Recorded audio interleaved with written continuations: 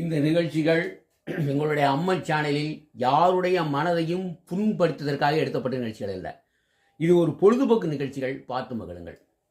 அதாவது என்ன அப்படின்னா, ஒரு காதலன் காதலியை சந்திக்கிறான்.